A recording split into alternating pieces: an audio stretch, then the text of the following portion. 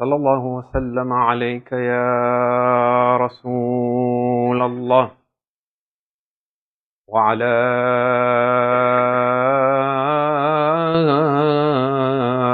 أهل بيتك. صلى الله يا مولاي وابن مولاي يا أبا عبد الله يا رحمة الله الواسعة وباب نجاة الأمة. لعن الله ظالمين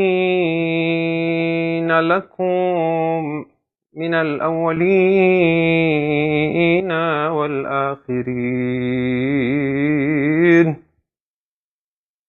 ما خاب من تمسك بكم وأمنا من لجأ إليكم. فيا ليتنا كنا معكم سادتي فنفوز فوزا عظيما. عظم الله أجورنا وأجوركم بمصابنا بالحسين عليه السلام. أما بعد، فقد قال الله تبارك وتعالى في كتابه وهو أصدق القائلين: بسم الله الرحمن الرحيم. فأقم وجهك للدين حنيفا فطرة الله التي فطر الناس عليها لا تبديل لخلق الله ذلك الدين القيم ولكن أكثر الناس لا يعلمون. صلوات على محمد وآل محمد.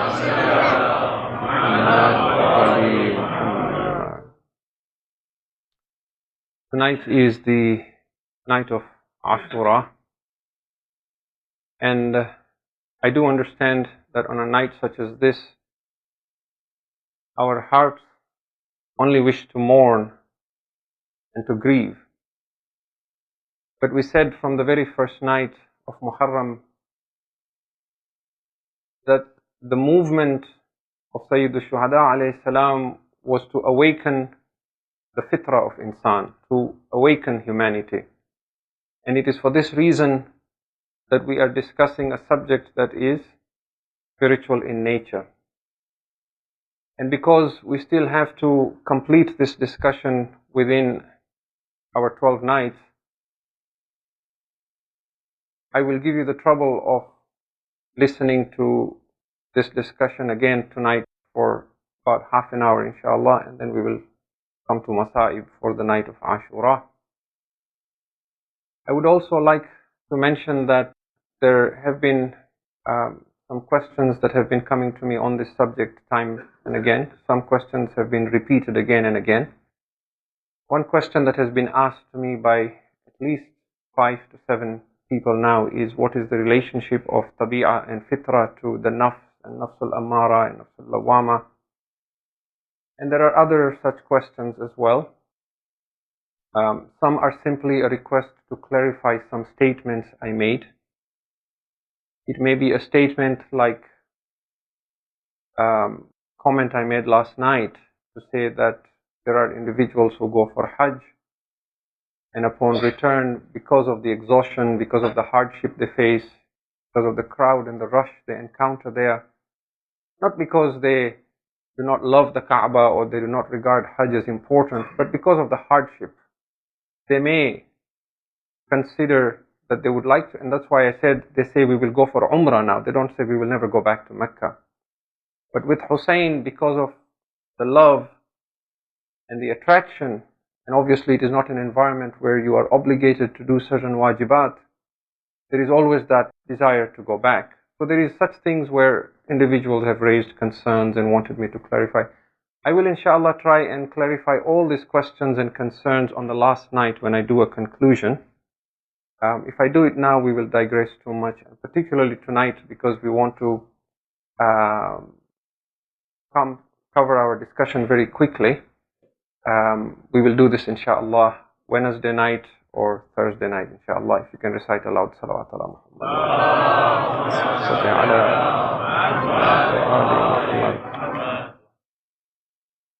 What we want to discuss tonight is how to raise fitra-oriented children, or the importance of raising children with fitra.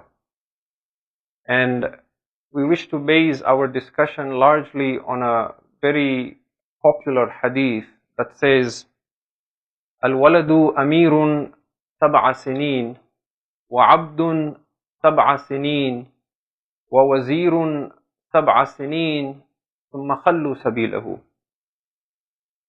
A child is a prince for 7 years, then he is a slave for 7 years, then he is a vizier for 7 years, then set him free and let him go. This hadith can largely be applied for boys, as we shall see, but it can be applied for girls as well. And also within this understanding that as human generations change, the ages of maturity change. So this might vary from certain eras to others. It may not exactly be 7 years, 14 years, 21 years, but there is these 3 phases certainly that we need to talk about. I will talk about them in terms of first 7 years, next 7 years, third 7 years, but keep this in mind, it could be 3 phases.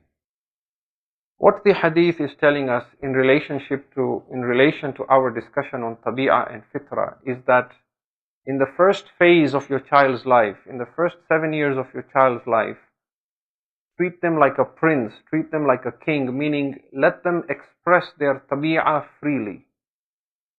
Let them enjoy and let them command and let them do as they please initially. You are their slave. Then وَعَبْدٌ سَبْعَ سِنِينَ. In the next phase, they become your servant. You become the master. Now you train them. Now you discipline them. Now you teach them with your fitrah how to rein in their tabi'ah. And then in the third phase, they become your vizier. That is now a stage that you may compare to an internship or a residency, just like someone who studies medicine and wishes to be a doctor. During this third phase, you now let them show that they can rein their tabi'ah with their own fitrah, and you are still there besides them to guide them, so that as and when they forget and they slip, you once again remind them. But you now treat them as a vizier. In other words, you consult them. You ask them for advice, not because you need their advice, but you want to see whether their thought process, their understanding, their outlook on life is now based on the fitrah. Thereafter, ثُمَّ خَلُّوا سَبِيلَهُ. Thereafter you have done your task. Now you set them free. Now you let them become independent. You let them initiate their own family so that they can have their own children and start that cycle again. The obvious question that comes to mind first is, this first phase when they are princes and when they are kings, why leave them to express their tabi'ah so freely? Why allow tabi'ah to take strong roots? Why not force them to follow fitrah from the time they are born? Why even give tabi'ah a chance to take a firm foothold? Now, we have already spoken about the formation of the ego. And we said that enlightenment is not the result of not having an ego, but it is the result of shattering the ego. And I gave you an example of how a child has difficulty adjusting in society if they grow up without any sense of possession or any sense of belonging. In the same way, what we wish to see tonight is that it is necessary for tabi'ah to take a firm foothold, and a very firm foothold, before fitrah can do its work. And I will give you an example of this. We have talked about the caterpillar, and we talked briefly about how in its initial stages, for the first 2-3 weeks, it just eats like crazy until its own body mass multiplies thousands of times. It is by doing that kind of an indulgence in tabi'ah that this caterpillar's shell is hard enough so that when it pushes with force to allow its wings to grow, that cocoon, that chrysalis has the ability to withstand the force of that pushing. In the same manner, tabi'ah has to be strong enough to withstand the pushing of fitrah so that the wings can emerge when it is right, rather than the wings collapsing or not emerging fully. To put it differently, tabi'ah is the slate on which the pen of fitrah will write. The pen of fitrah has a very sharp nib. If tabi'ah is weak or frail, if it is like a parchment or a paper, when the pen of fitrah writes, it will rip the paper of tabi'ah. But if tabi'ah becomes rock solid and then you inscribe with the pen of fitrah on the rock of tabi'ah, that will stay forever. And we will explain this again. Archaeologists have found drawings in caves where in the drawing even the eyelashes of the drawings of that creature or that person have been preserved for thousands of years. But papers or parchment, they have to use chemicals to preserve it. It quickly fades away. It quickly wears out. So tabi'ah has to take a strong root before fitrah can write. At the same time, while we allow our young children in this first phase to express their tabi'ah, we also have to ensure that we do not do anything that will prevent fitrah from emerging when the time is right. And the biggest thing that we need to be careful about is that this child should not grow up to become a fearful person, should not become a creature who is constantly afraid of others and what people will think and what people will see. This child has to grow to be self-confident. This child has to grow to be concerned about what Allah will say before thinking about what people will say. This is where we need to be careful when we are raising the child. So we don't really need to impose fitrah. We just need to make sure we don't interfere in the process, that natural process that Allah subhanahu wa ta'ala has placed in a child. As an example, we compared fitrah as a rider and tabi'ah as a mount, as a wild horse that needs to be tamed and reined in by fitrah. Now, when a horse is very young, when it is called a foal, when it is less than 1 year old, it is still very weak. At that point, you cannot describe it as a wild horse. If you try and tame a foal, it will be a very weak creature. When it grows up and becomes a horse, it will not be able to gallop with speed. It will not have zeal. It will not have passion. It will not have force. There will be no point in reining it because there is nothing that needs to be reined. You have to allow it to become a horse. You have to allow its animal instinct and wildness to emerge. Thereafter, you tame it and you rein it in. It is in this same manner that you allow tabi'ah to show itself with full confidence, without any fear, and then you bring in fitrah and you use fitrah to inscribe on the tablet of tabi'ah. The second phase is necessary, وَعَبْدٌ سَبْعَ سِنِينَ, because hopefully the parent or the guardian who is raising this child is already fitrah oriented. So because the child does not have the maturity to understand fitrah and what is fitrah and how to make those decisions and what does Allah expect from me, therefore in this second phase, the child is an abd, is a servant, is a slave, because you are the child's fitrah. Your fitrah will write upon the child's tabi'ah until another 7 years have passed, at which point the child's own fitrah can take the reins. It is almost as if the child is on the horse but you are holding the reins. You are walking beside the child and your fitrah is inscribing on the child's tabi'ah. So it is important that you teach the child in this second phase that even though they have this animal instinct, they should never rebel against their fitrah, because fitrah at that point is still green, it is still not developed. Fitrah grows in the shell of tabi'ah. It needs tabi'ah in order to grow. So in that analogy of the rider and the mount, tabi'ah is still determining movement, but fitrah is attempting to define the direction of that movement. As an example, in that second phase, in the first phase your child just plays all day. In the second phase, when your child is playing, you don't stop them from playing, even if that play is a waste of time. They might be playing computer games. Computer games is a waste of life, isn't it? All you're doing is shooting pixels. It might give you some pleasure, but it is not for anyone who is concerned with spiritual evolution. But you don't stop your child from playing. You let them play. What you do is when it is time for salat, they must stop playing. So you introduce fitrah into that lifestyle of tabi'ah so that they know their priorities. That when you have to choose, fitrah must always come first. They are watching the World Cup. It is the World Cup finals. If you have trained them right, when it is time for salat, it will stop. They might say, we'll record it and we'll come back and watch it. That is fine. But it never takes precedence. Let's take another example. Your young child has a saving box, a piggy bank, right?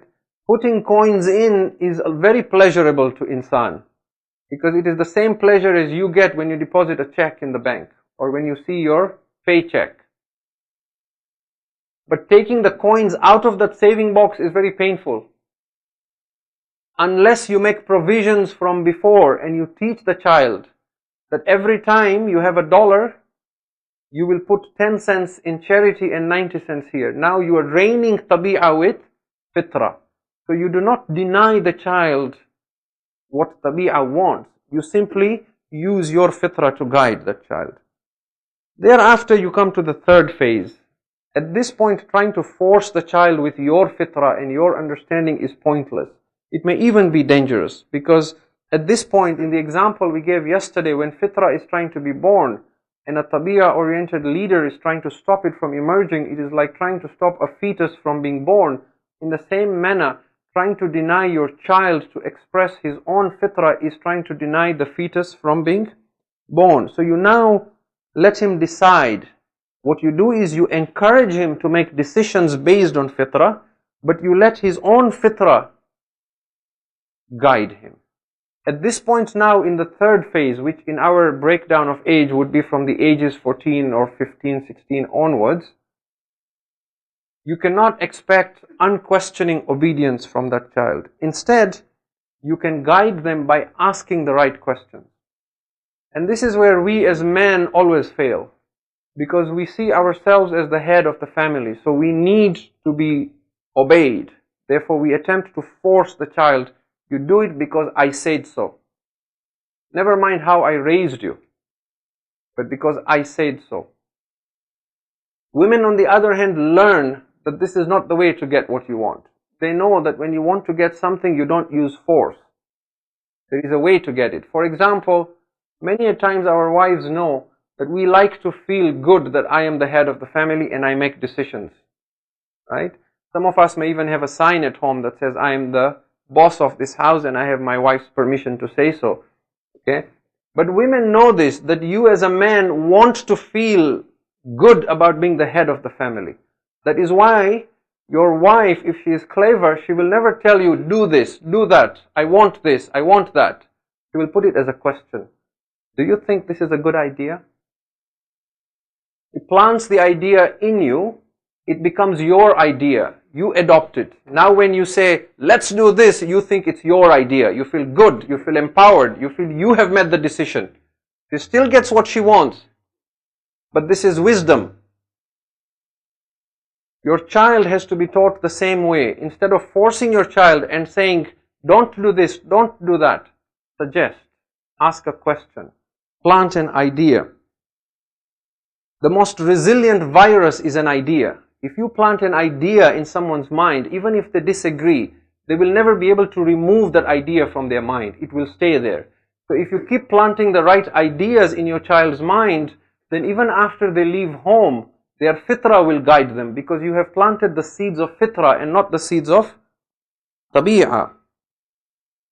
Once your child reaches this third phase, well, before that, what we want to say is that this third stage of being a vizier is the same as that first stage of being a king or a prince. The difference though is that when they were a prince, they used to order and command. Now, they will not order you and command you, but they will simply advise you. They are your second in command. Once your child has crossed to this third phase, ثُمَّ خَلُّوا سَبِيلَهُ, now let them go, now let them be independent, now give them room, do not smother them, give them some space, let them have the independence to feel confident and start their own family. This is very tricky. We need to know when the caterpillar has developed its wings and it is time to let it leave the chrysalis. It is time to let it leave the nest, as opposed to continue trying to dominate it. And as I said, it doesn't have to be 21 years. It will depend on the generation. It will depend on the place and the country you live. It will depend on the era you live, what kind of maturity you have. We all know that our grandmothers got married when they were 15 and 16 years old. By the time they were 18, they had children, they were running a family. Our grandfathers, when they were 18, they were already married, had children, they were running businesses, looking after a family. Today's 18-year-old only knows how to play on the Xbox. He does not have maturity. He does not have a sense of responsibility. You have to constantly tell him, take out the garbage, do this, do that. Partly it is our fault, how we raise them. We treat them like kids until we realize he's already an adult. Partly it is also the system we live in, because by the grace of Allah, we have an education system where children continue to study until much into even past teenage, which is not a bad thing, but because of that, we treat them again as being dependents, children, irresponsible, until they've at least finished their initial university education, and then we start seeing that now they're able to hold a job, they're independent, they're more mature. But the timing is tricky. It is something that we need to think about. To put it again as an example within an analogy, raising a child is like flying a kite. Initially, when you want to fly a kite, you tie a string to the kite. You have to run with the kite, because the kite is on the ground. It doesn't take off. It doesn't rise. It doesn't fly. It doesn't have anything to show. You run with it. As you run with it, it begins to take flight. Once it takes flight, you don't have to keep running with it. But there is a string attached to you. You continue holding onto that string. That kite is still attached to you. Now, for those of you who may have flown kites, I don't know if you, I'm sure those of you who are immigrants, you've all flown a kite. Okay? As you're flying the kite, especially if you're from India or Afghanistan, I'm sure you've flown a kite. So as the kite is flying, the string is attached. Now, there is an art to flying the kite. Sometimes you have to pull the string, and then sometimes you have to let go of it. You can't keep pulling, and you can't keep letting go. You pull, you let go. You pull, you let go. But as it goes higher, you have to keep releasing the string and allowing it more room and allowing it more freedom. There comes a point where the string runs out. At that point, you have only two choices. You either keep holding on to the string, in which case the kite will come crashing down, or you let the kite go and allow it to soar as high as it can fly. Raising a child is like that. Once it takes off, you don't have to keep running with it. Now you have given your fitrah into its tabi'ah. Now let its fitrah guide it, but you hold on to it, you consult, you advise, you pull sometimes, you let go sometimes. You pull, when you see he has fully developed, now at that point let go of the string so that he rises to his full potential. You may have heard of this poet, Khalil Gibran. His actual name was Khalil Gibran. He was Christian Lebanese American. He died a long time, 1931 or so. He's very famous for his book called The Prophet. The Prophet is a fictitious work of poetry with a lot of philosophical themes in it. And in this work, at one point, he talks about children. And he uses a superb analogy. The whole book itself is amazing.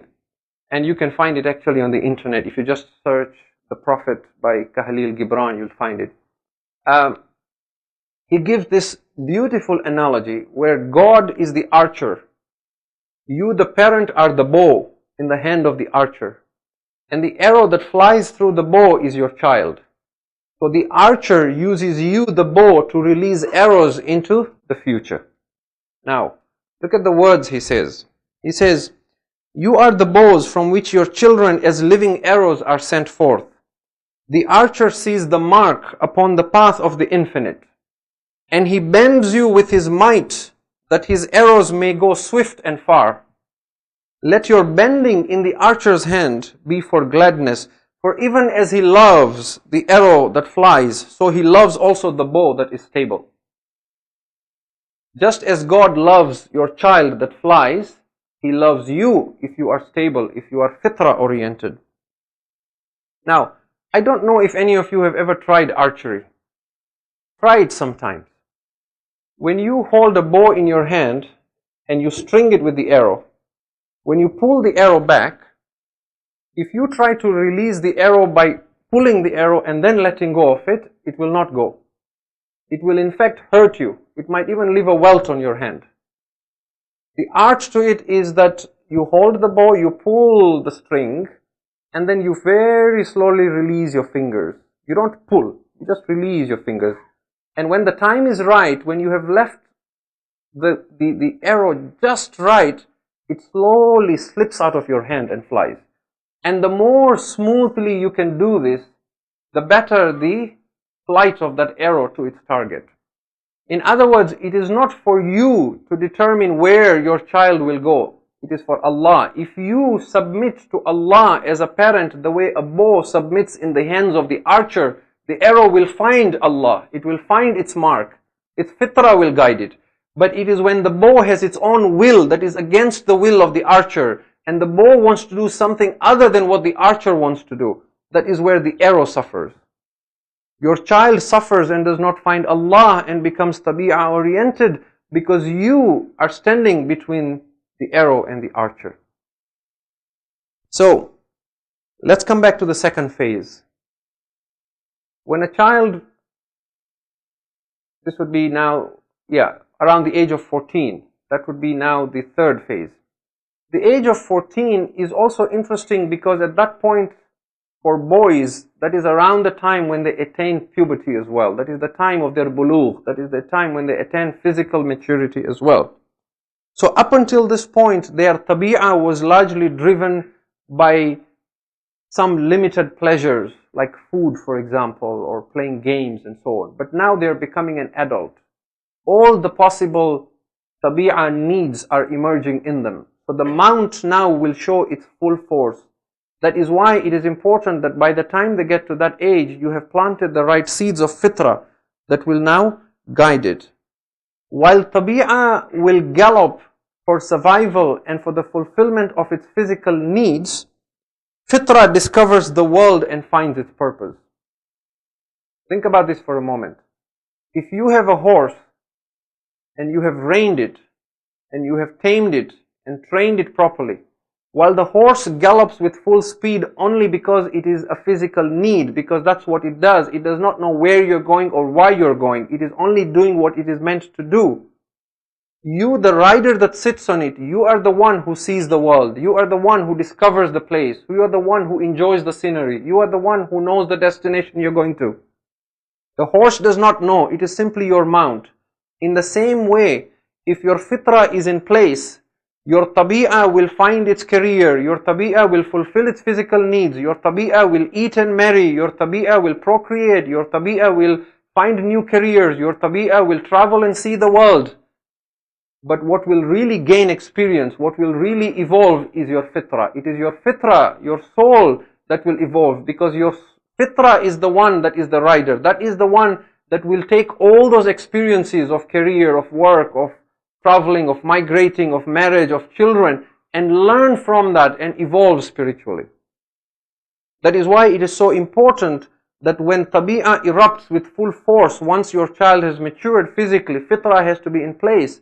The horse must not run wild. It will not go anywhere meaningful. It will just wander around aimlessly unless there is a rider and there is a rein and it takes it to a purposeful direction.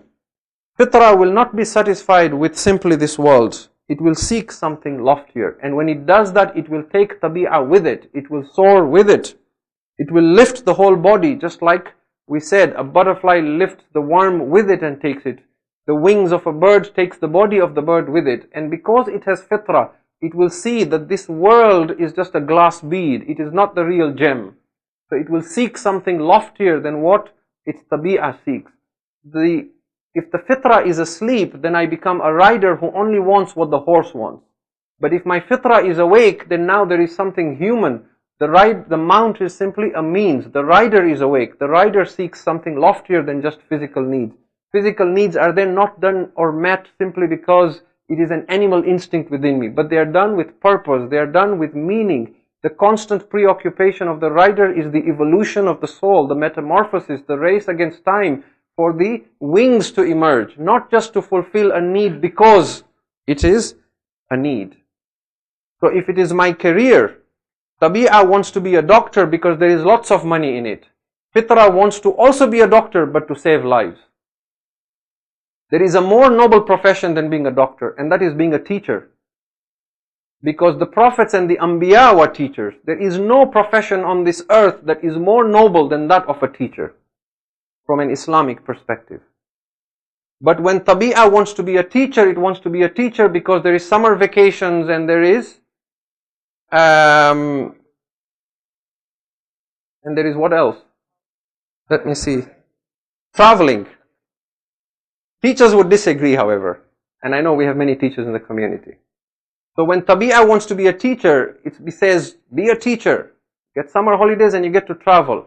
When Fitra wants to be a teacher, it says, be a teacher so you can make a difference in people's lives, so that you can not just cure people's health and physical and body, but you can cure their souls. You see, something as simple as this. We said Tabi'ah and Fitra can complement each other. You can be a plumber, be a doctor, be a pilot, be a journalist, do whatever you want. But find a Fitra motive for it. Don't find a Tabi'ah motive for it. In the first 7 years of a child, there is purity. This purity should not be interfered with by the parent. That is why it is important, we said, for the parent to be fitra oriented. We mentioned a hadith a couple of nights ago from Rasulullah sallallahu alayhi wa sallam,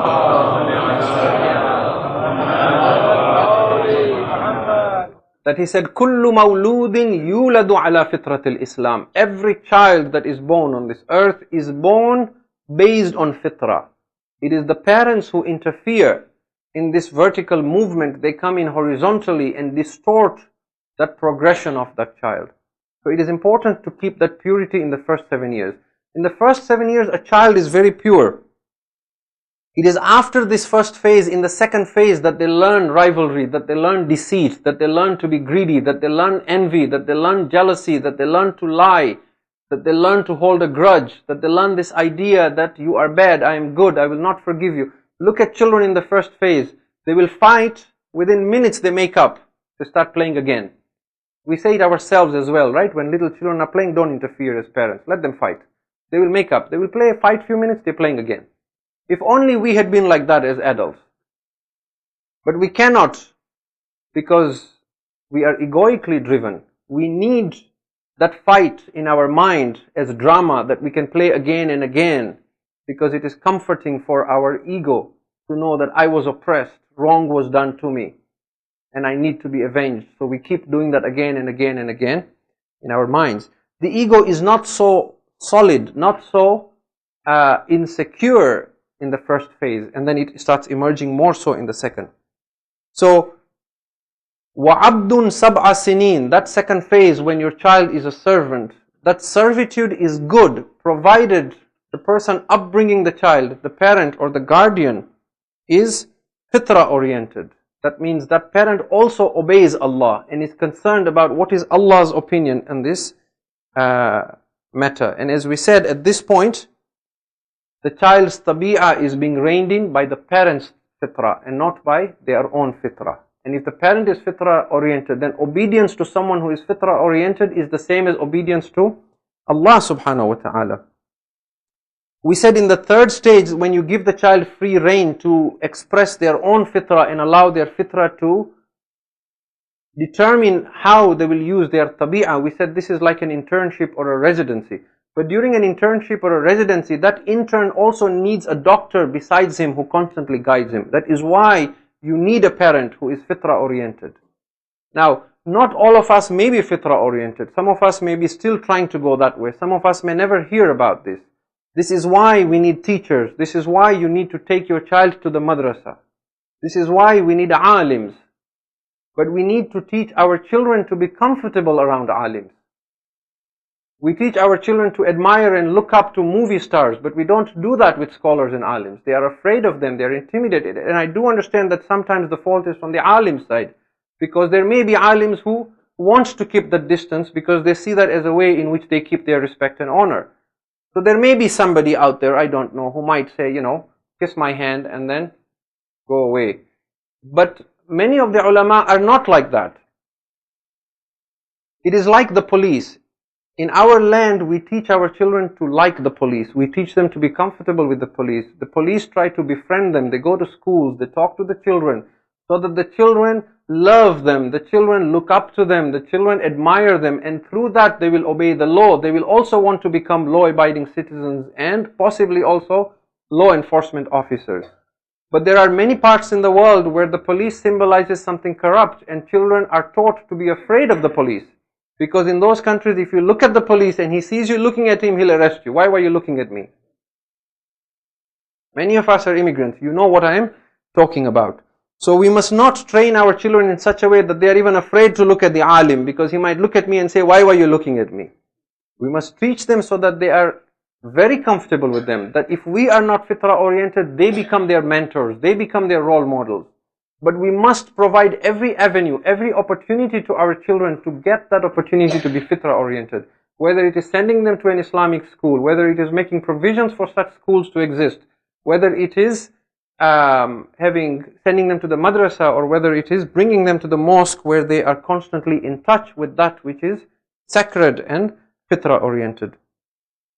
So as we said that at the young age, a child does not need interference. You don't have to force fitra into a child who is less than 7 years old. You just have to ensure that you don't interfere in the process, that you look out for the warning signs, that you don't make them fearful, you keep them with self-confidence.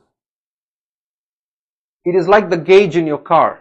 You just look out for the warning signs. When the gauge in your car starts saying service engine soon, you need to start thinking about doing something about it. If you keep leaving it and ignoring it, the problem gets bigger and bigger.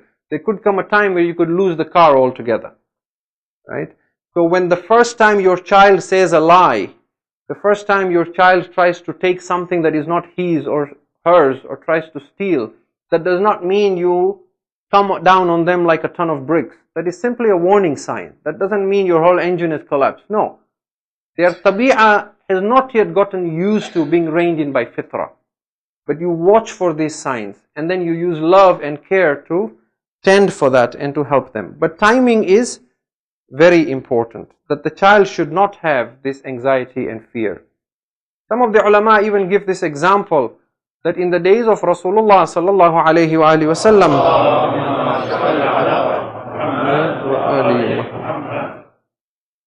Imam al-Hasan and Imam al-Husayn alayhi salam would run into the mosque, and sometimes when the Messenger of Allah, peace be on him, and his family was praying, they would come and sit on his back. Or sometimes when he was on the pulpit, they would come, and both Shia and Sunni scholars have reported this, that sometimes they would run up to him and Rasulullah would carry them on the mimbar on his chest, so that their legs would be dangling from his chest, and the people sitting right at the back of the mosque could see the ankles of Al-Hasan and Al-Husayn while the Prophet was on the mimbar. Now, we understand that these are ma'soom, and from our aqidah perspective, they are not doing this in the sense that any child would do. There is some ma'rifah. Some of the ulama have even said that it was not happening all the time. It may have happened only once, to show that salat is fiqh, but imamat is aqidah. Aqidah takes precedence over fiqh, as an example, right? But these ulama also say that even if Al-Hasan and Al-Husayn were not ma'soom, even if they did not have ma'rifah, Rasulullah would still not have stopped them. Why?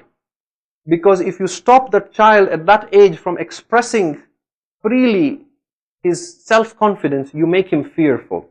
That is where you introduce shirk. That is where polytheism comes in. Fearing others besides Allah. What will people think? What will people say from that young age? From the time they are young, we start making them fearful about what people think, what people say. Whereas we need to think about this a little bit. This is not to say that we let our children run wild, inconvenience others, make noise, bounce off the walls and just disturb others, right?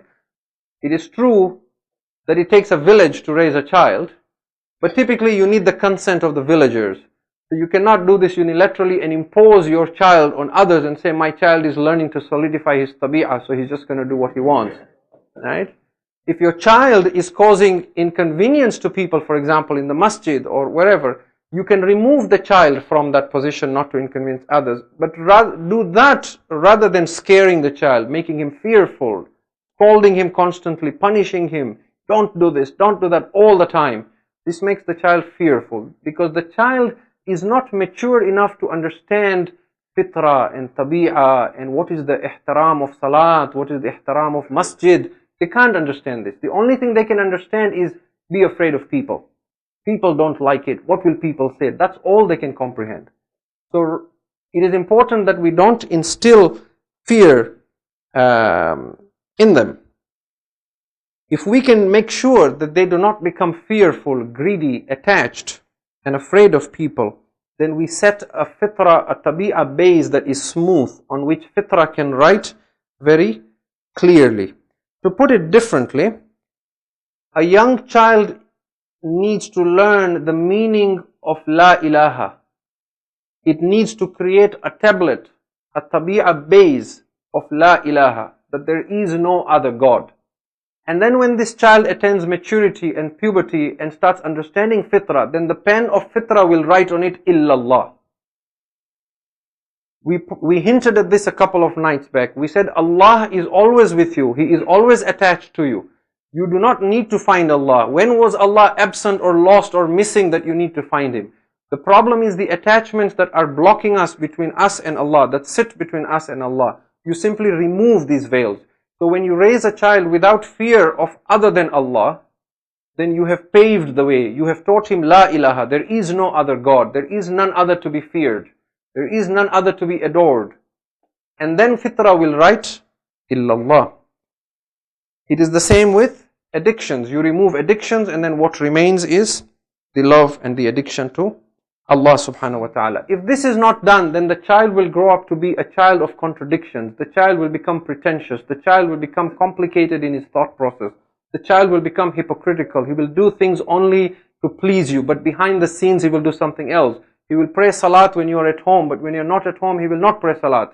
She will wear hijab when she is leaving the house, but once she goes to school, she will remove her hijab, because she is doing it under compulsion, under force. She is constantly, or he is constantly making decisions based on what people think, what my parents think, never thinking what does Allah subhanahu wa ta'ala think. So we must ensure that we don't allow our children to hide their true nature and their true feelings. We create an atmosphere where they can express this freely. And then we plant the seeds of fitra, or put it differently, do not stop those buds from blooming. Allow the sapling to come out before you put the sticks to guide it. When a plant is growing, sometimes we put some sticks besides it to guide the growth and the direction of that plant. But you do not put it while it is still a seed, because you don't know how and where it is going to come out from. So you do not impose fitra and rules and restrictions. That is why the first 7 years they are princes. You allow that sapling to come out. Once it starts showing growth, and then when you see it is not growing in the right direction, then you put in those sticks to guide it, to give it some direction. Or to give you another analogy that we will all understand, even our children will understand. We put braces on our children's teeth, but we do it after the teeth come out. We don't start putting things before the teeth come out. Nothing will come out if you do that. You allow the teeth to come out, and then when they start showing they are misaligned, that's when you bring in those braces. Those braces are painful, they're difficult, so they tell me. Okay? But you do that, you let them go through that pain and that discipline of fitra after you start seeing some misalignment. So timing is critical. If you put it too soon, you will not get anything. If you put it too late, it is even harder and even more painful.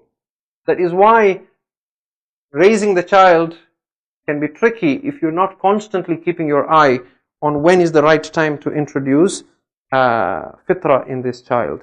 It is important not to let, as I said, the buds drop off before they even start blooming. Particularly at home. Okay, what we do is, when the child is at home, when they are under 7 years of age, we constantly tell them, don't run, don't shout, don't talk, don't do this, don't do that. We try and suppress their need to express tabi'ah. When we bring them out to public, we don't do anything. We let them run wild. And then after they're 7 years old, when we need to train them, we do the opposite. At home, we don't tell them anything. And in public, we scold them and embarrass them in front of others. This is because we do not understand that process. It actually has to be the other way around. So allow your child to show his feelings. Let him express his tabi'ah. Let him show his attachment, even if it is attachment to the world, and then guide him. When a child is growing, particularly after the first phase, they want fitrah. They want their tabi'ah to be guided by fitrah. They want discipline. They want structure. They want someone to guide them, not with scolding, but with love. Now, in time, the issue of security is going to come up. When a child is young, they adore you. You are everything. You are like God to them. Okay? They believe that you, the parent, are the most famous person in the world. You are the strongest. You are the bravest. You are the best. There is no one better than you. But as they grow up, they begin to realize that you are human like them. The older they get, the more they realize that my parents are not as intelligent or as strong or as famous or as secure. They also feel pain the way I do. And this can be a very humbling and vulnerable moment for a child. Even after they grow up, the first time, remember the first time you left home, when you went overseas for studies, or you left home, or you simply were away from family for a while. It was a moment you felt vulnerable. Suddenly you felt you are on your own. No one really cares about you, isn't it? There is no security except from Allah subhanahu wa ta'ala. So, as parents, we provide that security, and if we do again the right job with fitrah, when the time is right, if we have taken the time to raise children who are rooted in religion, who are rooted in fitrah, then when the time is right and we are old and we are senile and we cannot be that illusory sense of security for them, we cannot, because when they are very young, they have that pacifier, they have that blanket, they have that milk bottle that is their sense of security. There is you that is sense of security. As they wean out of this, my home, my family, my parents, they will look for another source of security. If we train them right and we make them fitrah rooted, fitrah based, fitrah driven, then they will automatically now look for something stronger, something that does not grow old, something that does not grow frail, and that will be Allah subhanahu wa ta'ala. But if we have never sent our child to the madrasa, if we have never made religion an important part of our life, what will replace that sense of security? That is where they will seek addictions, that is where they will seek other things that will never satisfy them and run from pillar to post. So again, when your child is in the first phase, under 7 years, he is like a little fish, like a goldfish in a pond. Don't try to keep scaring him and telling him there is a big ocean out there that you're going to have to swim in. Let him enjoy the pond while he's there. When he is big enough and realizes that this pond is constricting me, it is holding me back from freedom, he or she herself will want to leave that pond and swim into the river or into the ocean. During this 7 years of servitude, now the second phase, وَعَبْدٌ سَبْعَ سِنِينَ, if we have given them consistent values and consistent messages of fitrah, then tabi'ah will learn that its happiness only comes from obeying fitrah. And every time it disobeys its fitrah, that child will be unhappy. That child will feel a sense of guilt that I need to go back and act based on my tabi'ah, because it wants to be reined in. And that is where this issue of rewarding your child, praising them when they do something good, and showing concern when they do something wrong, or even having consequences for it. And by consequences, I don't mean physical abuse. I mean whatever system or whatever methods may be popular in our culture, whether it is a timeout, whether it is a reduction in the allowances or pocket money, whatever it is. But you train your child during those 7 years of ubudiyah, that whenever you follow fitrah, life is good, you will be happy. Whenever you give in to tabi'ah, something happens that brings in unhappiness. So they will always associate this. This will be inscribed in their psyche, that when I follow fitrah, I am happy. So we said that after they cross this age of 14 or 15, now وَوَزِيرٌ سَبْعَ سِنِينَ, now they are this vizier that you consult, that you advise.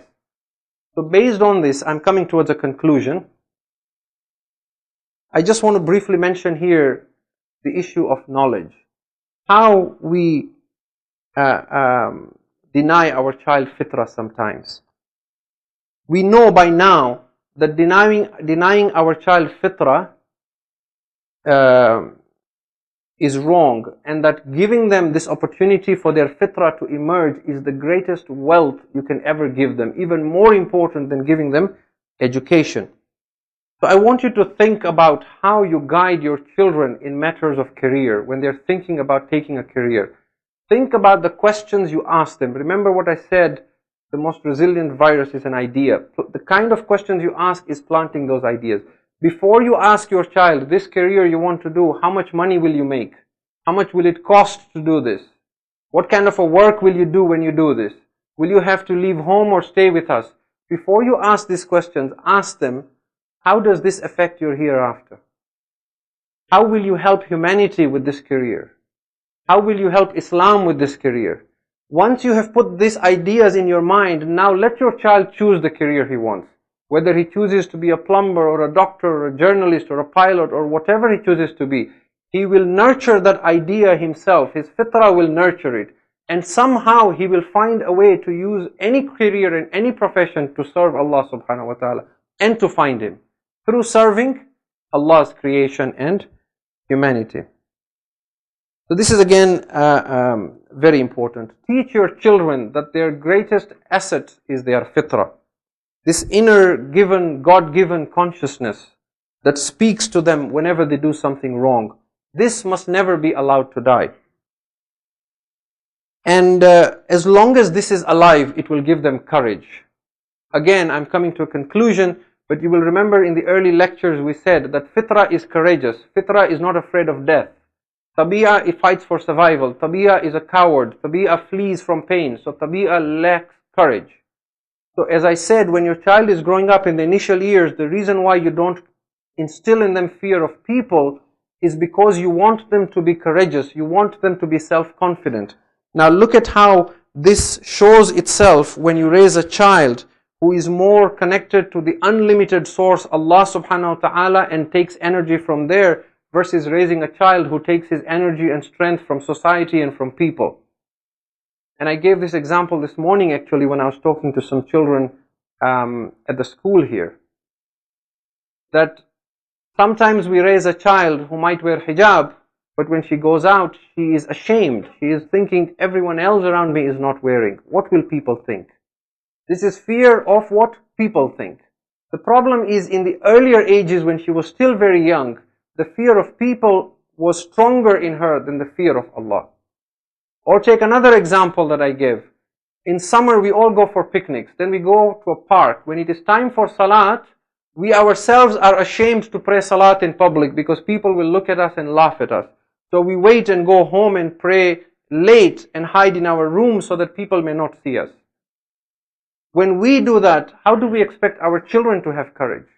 We must be fitrah oriented. When I worry more about what Allah says, when I am not ashamed of what I practice because I get satisfaction and peace and I'm connected to Allah subhanahu wa ta'ala, then my child sees that and learns from that and also becomes courageous. So this is very important. We do not have to be worried constantly about what people think. You go to the park sometimes, you see people in the park doing Tai Chi and doing yoga, and do you laugh at them? You might look at them curiously and move on. So the ego gives you this impression, everyone's looking at me, in reality, those people after 5 minutes are not even looking at you or thinking about you. But because we have been raised fearful, that is why our fitrah is weak. We never have the courage to say the right thing, to do the right thing, to stand up for the right values, to stand up for our faith, to stand up for what we believe in. Because there is that tabi'ah, that fear, that fleeing from pain, that mode of survival. And if we don't do this, if we don't fix this and raise our children to be fearless, then it will also come back and bite us. As they grow older, they will be embarrassed of us. At one point we were their heroes. At one point they looked up to us. Now, when their friends are around, they'll tell us, Mom, Dad, please go away. You're going to embarrass me. I don't want you near me. They're ashamed of you. Because of how we have raised them. They are more concerned about what my friends think, not about what Allah thinks. But if you have raised them correctly, if they are fitrah oriented, they will proudly introduce you to their friends and say, this is my father. Because they know if this is a true friend, they will be as proud to know my father as they are to know me. It doesn't matter what my father is like, whether my father is handicapped, whether my father is even intellectually disabled, I will still proudly introduce him because I know that he is my father and that I come from him and that I am rooted from Allah. My sense of pride, my sense of courage, my sense of esteem comes from Allah, not from people. And then this goes further then. When I have a job as well, I'm constantly worried. What will my boss say? What will people at work think if I tell them I'm going to pray? What will my boss say if I say I can't go for lunch because you're going to have alcohol at the table, for example, right? And then when I retire, when I'm 60, 70 years old and I'm sitting alone at home and I'm thinking, did it really matter when I was 20, 30 years old? I was so afraid of my boss. Where is that boss now? He is dead, or he himself is now an old man. How much I gave up of my religion for the sake of other ordinary human beings like me, who at the end of the day have no value, okay, who are inconsequential. What is left now is only me and Allah. I now have to answer to Allah for all those moments when I did not have the courage to stand up for the truth. Why? Because I was driven by tabi'ah and I was not driven by fitrah. So where we draw energy from, where we draw power from, where we draw courage from is important. We must teach our children to draw it from fitrah and not from tabi'ah. And that is why Allah says in the Quran, in Surah Al-Ma'idah chapter 5 verse 54, وَلَا يَخَافُونَ لَوْمَةَ لَائِمٍ. That those who are truly faithful, they do not fear the blame of anyone who blames them. Meaning, if they know that what they are doing is for Allah subhanahu wa ta'ala, then they are not concerned with others, what others think. First and foremost, what does Allah think? And this is the principle of fitrah. Every other fear for other than Allah is rooted in the fear of death in reality, whether it is death of the ego or death of the physical body. And fitrah transcends the fear of death. So we stop here for tonight, inshallah. Tomorrow night, as you know, being Shami Ghariba, there is just Masaib, inshallah. We will continue with this discussion then, inshallah, on Wednesday night. If you can recite a salawat ala Muhammad wa ali Muhammad. One more salawat ala Muhammad.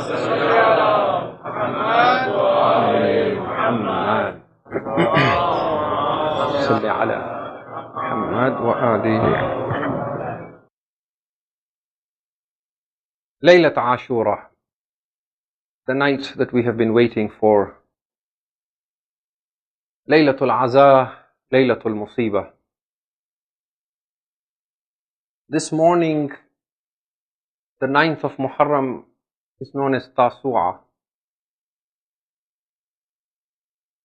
Ibn Ziyad was sending troops after troops to Karbala.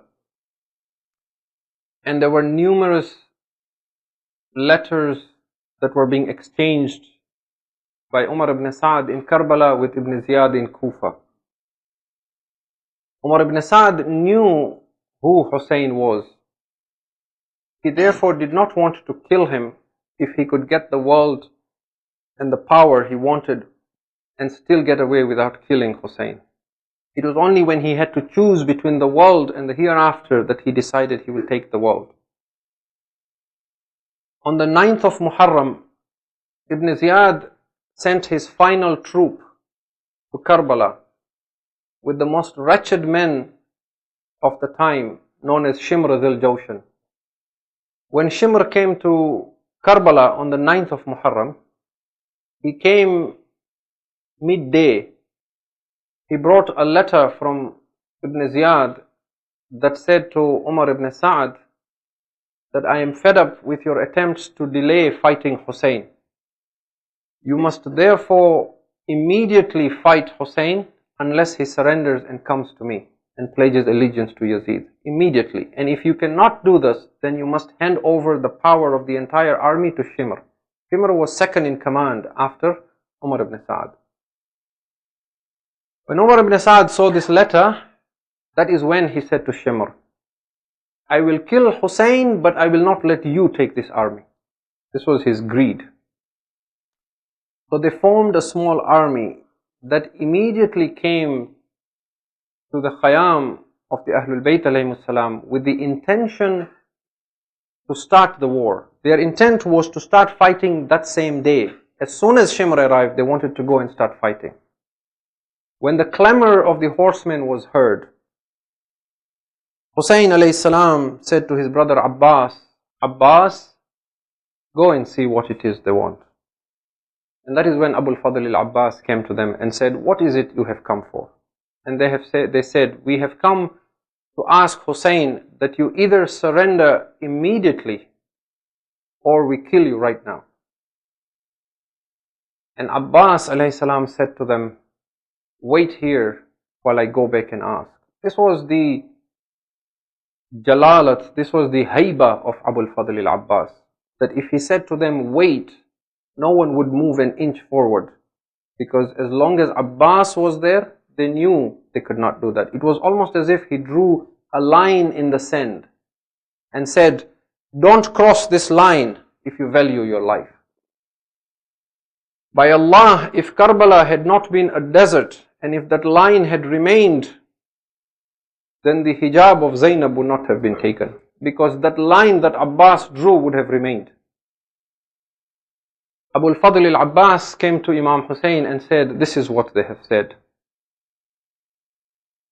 Aba Abdullah said to him, my brother Abbas, binafsi anta ya akhi. He used to have such high esteem for his brother Abbas. He never called him my brother only. He used to say, binafsi ya akhi. May I be ransomed for you, my brother. Binafsi ya akhi, O Abbas.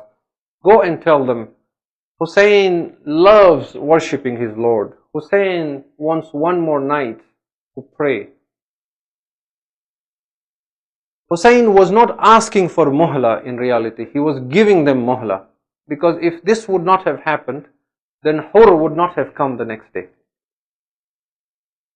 So he was giving them a chance. There was another wisdom behind this as well. If the war would have broken out on the evening of the 9th of Muharram, then on the day of judgment, these individuals who killed the family of the Prophet could have said, we did not know we were trampling the yatim of Hassan. It was dark. We did not know we were killing the Shabih of Rasulullah when we killed him. It was evening. We did not know we were piercing a 6-month-old baby when we did that. But Hussein wanted this to happen in the day so that nobody has an excuse and no one can say anything that they didn't know what they were doing. Umar ibn Sa'd approved that. He mocked at Hussein and said, if Hussein thinks worshipping Allah for one more night will help him, we give him one more night. But by tomorrow he must decide. Evening came. Hussein alayhi salam gathered all his ashab and ansar and all his aqraba in one place. Imam Zainul Abidin alayhi salam says, I was very ill and I was not able to sit amongst them. But I went nearby to listen to what my father was saying to them. He addressed them in a lengthy speech. Then he said to them, إِنِّي لَا أَعْلَمُ أَصْحَابًا أَوْفَى وَخَيْرًا مِّنْ أَصْحَابِي. By Allah, I do not know of anyone with companions better and more loyal than my companions. The kind of companions I have been blessed with, not my father, not my grandfather, not my brother were blessed with. فَجَزَاكُمُ اللَّهُ خَيْرَ الْجَزَاءِ. May Allah reward you immensely. Then Hussein said to them, my companions, my family members, these people are here only for my blood. It is only I that they seek. They do not want to kill you. I urge you to leave in the dark of the night so that your lives are spared. And no one moved. Hussein began addressing them individually. He turned to the descendants of Aqil. He said, O Banu Aqil, Muslim bin Aqil has been killed. You have given enough blood for my cause. Go in the dark of the night. Still nobody moved. Hussein said, perhaps you are concerned that if you leave, what will my mother Zahra say to you Yawmul Qiyamah? Go, by Allah, I will not hold anything against you. I guarantee Jannah for you. Now he is assuring them salvation in the hereafter. I promise you Jannat. Nothing will be wrong with you in the hereafter. Go in the dark of the night. Nobody moved. Then Hussein said, perhaps you are feeling ashamed. Stand up and leave while I am standing in front of you. I will extinguish the lights. Go in the dark so nobody should see. Hussein put out the lights. When all the lights had been extinguished, he waited for a bit. Now when Hussein, we are told, turned the light on again, when the candles were lit, when the lanterns were lit once again, when Hussein began to look around, Burair was sitting on one side with his head lowered. Abbas was standing on one side crying. Habib was crying on the other side. Hussein asked them, why is it that none of you has left? Zuhair ibn al-Qayn addressed. He said, "O Aba Abdullah, if we are killed 1,000 times and brought to life again, we will not leave you." Abbas began to speak. "O Hussein, what value does life have after you? How can we even think of leaving you?" Hussein was pleased with his ashab. He began showing them their maqam in Jannah. Burair, this is your maqam in Jannah. Habib, this is your maqam in Jannah. One by one, Muslim ibn Awsaja, this is your maqam in Jannah. The ashab were filled with joy. The ashab rejoiced at their choice to stay with Hussein. They began preparing for ibadah. They began preparing for worship. Imam Zainul Abidin alayhi salam says, he says, at one point, my father moved away from the ashab. He sat by himself. The servant of Abu Dhar, who was known as John was sitting, he was sharpening the sword of my father. While he was sharpening the sword of my father was reciting some verses of poetry. He was saying, Ya dahru uffin laka min khalilin, kam bil ashraki wal asili, kam laka bil ashraki wal asili. O time, how unfaithful you are as a friend. How many sunrises and how many sunsets you have seen. And yet when the sun rises tomorrow, how many bodies you will see lying on the plains of this sand. Alas, there can be no substitutes for us tomorrow. And he began saying this a couple of times. Imam Zainul Abidin alayhi salam said, when I heard him say this, I began to choke on my tears. But my aunt Zainab began crying loudly and wailing until Hussein had to compose her and calm her down. Ajrukum ala Allah. Hussein then called his ashab. He said, bring your tents closer together. They brought all the tents closer together. They dug a ditch behind the tents and lit a fire there so the enemies cannot attack from behind. The ashab began busying themselves with preparing for battle. At this point, we are told, as the ashab were praying, Raki'an wa saji'an wa kana dawiyuhum ka dawiyun nahl. There were voices coming from the camp of Hussein like the humming of bees. Subbuhun Quddus Rabbuna wa Rabbul Malaika. The ashab are praising. This is on one side of the camp. On the other side of the same camp of Hussein, there were little voices calling out, Al-Atash, Al-Atash, Al-Atash, Al-Atash. Mothers had little children in their lap crying, thirst is killing us, thirst is killing us. Hussein left the Khayyam. He began walking into the wilderness towards the desert. He began walking towards the Maidan. Suddenly he heard a voice behind him. He heard a voice behind him. He turned to look. Who is it that is following me?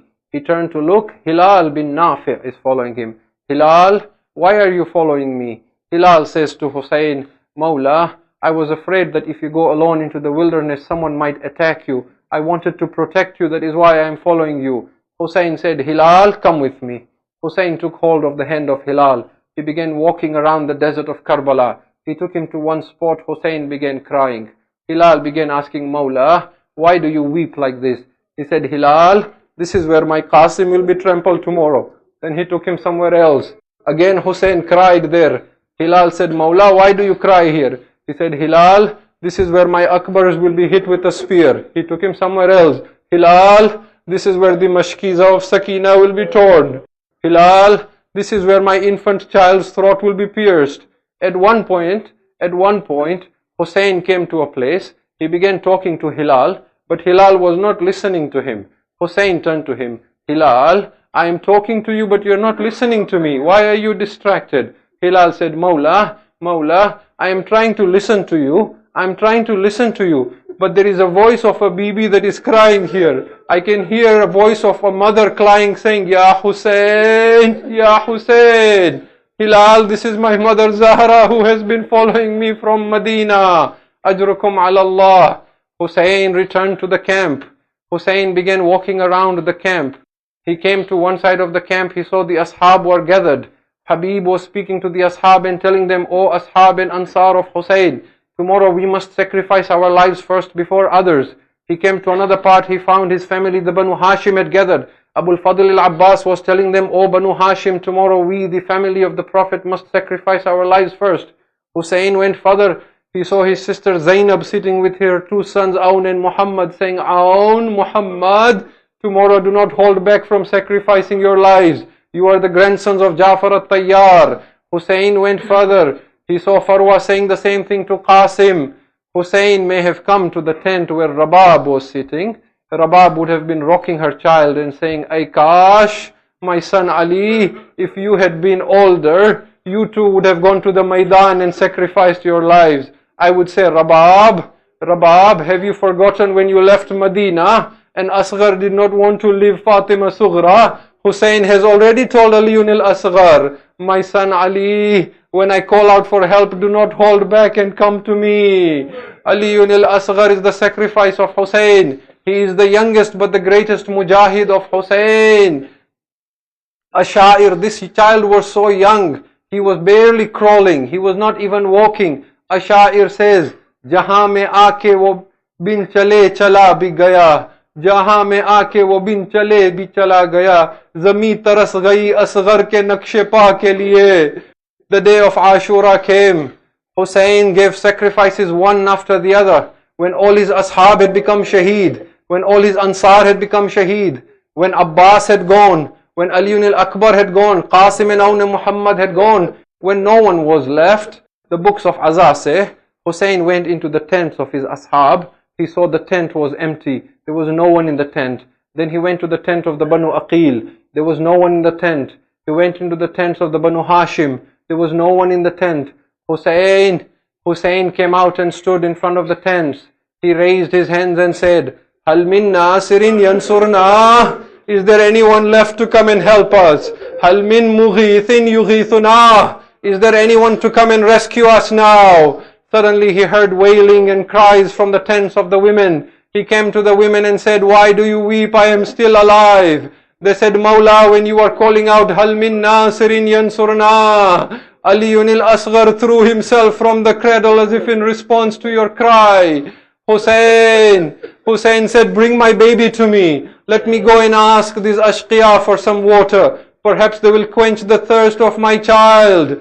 Rabab said to Hussein, Mawla, let me dress my child up. Perhaps if I dress them up, perhaps when the ashqiya see my child, when they see him dressed up, they will feel more pity on him. They will feel more compassion for him. Rabab put new clothes on her baby. Rabab put kahal on the eyes of her baby. Rabab wrapped her baby in a swaddle cloth. Then she gave the baby to Hussein. Oh Hussein, give water to my child and bring him back. I told you on the night of Qasim, there were two mothers who stood outside the tent when their children went to the Maidan. There were two mothers who waited outside the Khayyam when the children went to the Maidan. One was Farwa waiting for Qasim. The other was Rabab waiting for Aliyun al-Asghar. But my dear brothers and sisters, there was one difference. When Farwa was waiting, she knew Qasim will not come back alive. Rabab did not know that Aliyun al-Asghar will not return alive. Hussein took his baby to the ashqiya. He wrapped the baby in his abba. When the ashqiya saw Hussein coming, they said, perhaps Hussein has brought Quran with him. Perhaps Hussein is surrendering and asking for peace. Hussein came before them. He opened his abba. He said, Ya qawm, qad qataltum akhi wa awladi wa ashabi. O people, you have killed my Abbas and you have killed my sons and you have killed all my companions. فَمَا بَقِيَ غَيْرُ هَذَا الطِّفْلِ. I have no one left now except this baby. What sin has this baby committed that you deny him water? Do you not see how thirsty this baby is? Give him some water. Hussein asked them. No one responded. Then Hussein said, perhaps you think if you give him water, I will drink some of this water. I will keep this baby on the hot sands of Karbala. You come and feed this baby some water. Hussein put the baby on the hot sands of Karbala. No one came forward to give this baby any water. Hussein took this baby again into his hands. He said, O people of Yazid, is there no sahibe awlad amongst you? Is there no one amongst you who has a baby that will sympathize with me? Hussein had an older daughter called Sakina. On the night of Sham-e Ghariba, Sakina had a dream. This older Sakina had a dream. In her dream she saw her father Hussein. Hussein said to her, Sakina, when you go back to Medina, tell my Shia, ليتكم في يوم عاشوراء تنظروني كيف أستسقي لماء فأبى أن يرحموني. Oh my Shia, if only you had all been with me on the day of Ashura, you would have seen how I was begging for water for my child, but no one was willing to give me. Ajrukum ala Allah. When Hussein saw no one is giving any water to this child, Hussein said to the baby, oh my son Ali, you are a hujjah of Allah as well. You do itmam al-hujjah. Show them how thirsty you are. Show them how thirsty you are. Now there are two riwayats here. One riwayah says the baby took out his dry parched lip. He took out his dry parched tongue. He began rubbing his dry tongue on his lips. The enemies looked at this lip and they turned around and began crying, Akbar, if your sword cut through the necks of these ashqiyah, this tongue of this baby is his sword. He will cut through the hearts of the enemies.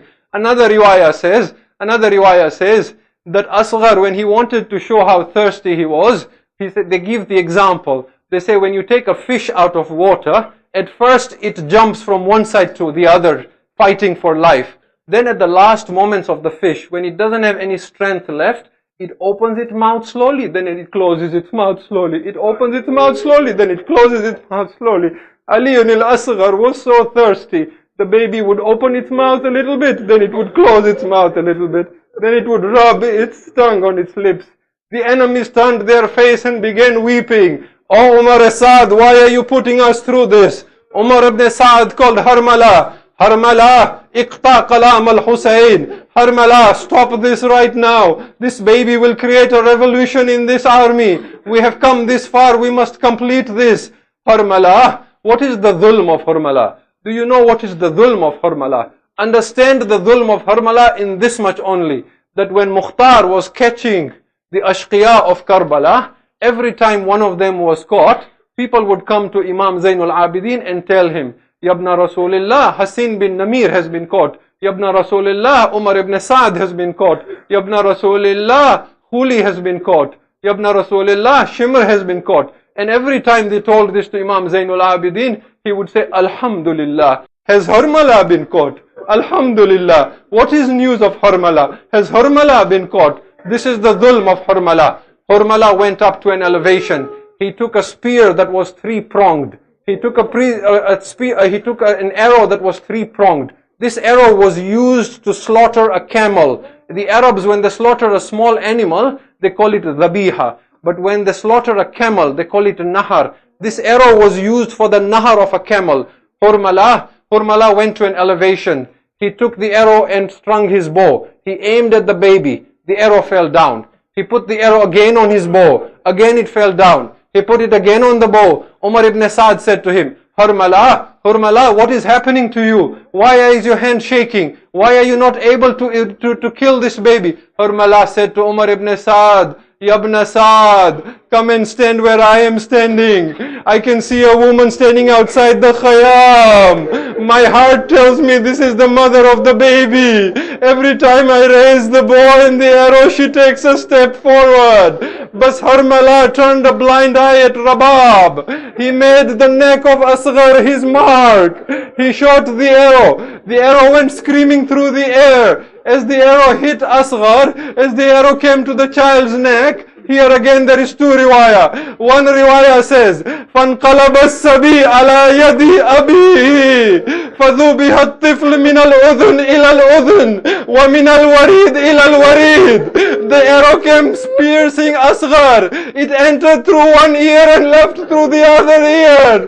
The other riwayah says, فَلَمَّا أَحَسَّ الطِّفْلُ بِحَرَارَةِ السَّهَمِ. When the baby felt the heat of the arrow enter into him, أَخْرَجَ يَدَيْهِ مِنَ الْقِمَادِ. He took his hands out of his swaddle cloth. فَأَعْتَنَقَ أَبَاهُ الْحُسَيْنِ. He tried to hug his father. فَرَفْرَفَ كَالطَّيْرِ الْمَذْبُوحِ. He began flapping his arms like a little bird that had been slaughtered.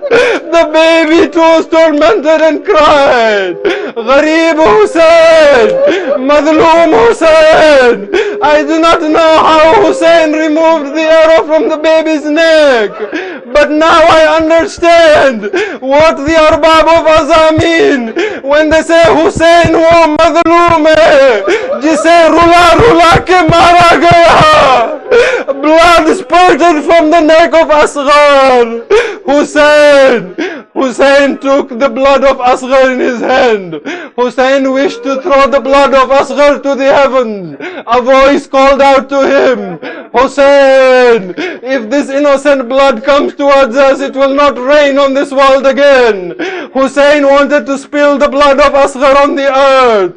The earth called out to him, Hussein, if this innocent blood falls on us, no seed will grow on this earth again. But Hussein wiped the blood on his face. هكذا ألقى جدي رسول الله يوم القيامة. This is how I will come to my Jad Rasulullah يوم القيامة. Hussein covered his baby again with his abba. Hussein started walking back towards the Khayyam. Inna lillah wa inna ilayhi raji'un. Ridham bi qadahi wa tasliman li amri. Hussein went a little forward. Then he realized Rabab is waiting. He began walking backwards. Inna lillah wa inna ilayhi raji'un. Ridham bi qada'ihi wa tasliman li amri. 7 times Hussein went forward. 7 times he went backward. When Hussein came finally to the Khayyam, he said, Zainab, hold Rabab. Sakina came running out. Baba, have you quenched the thirst of Asghar? Hussein did not say anything to Sakina. I would say, Sakina, yes. Asghar's thirst has been quenched. Harmala has quenched it with an arrow. When Hussein removed his abba, Rabab saw her baby. She said only one thing to the baby and then she fainted. Bunayya, Bunayya, Amithluka Yunhar. My baby, are children like you slaughtered like camels are slaughtered? When Rabab came to, Hussein thought perhaps the mother will get some closure. Hussein said to Rabab, let us bury this child before I go for my final wida. Hussein took Rabab with him. They went behind the Khayyam. Hussein had said to Rabab, hold the baby. Rabab holds her baby. Hussein began digging a grave with his Zulfiqar. I would ask, oh Asman and oh Zami, have you ever seen a scene like this where the father is digging the grave of his baby while the mother holds the slaughtered child? The Arbab of Azza say, as Hussein was digging the grave, suddenly he turned to Furat. Abbas, he called out to him. When Ibrahim, the son of the Prophet, died, Ali dug the grave and buried him. Come, O Abbas, and see. Gharib Hussein is digging his own son's grave. Hussein buried Asghar and returned. The 11th of Muharram came. Umar ibn Saad said, where is the baby that Harmala slaughtered? A group of men was sent with spears. They began piercing the earth looking for the baby.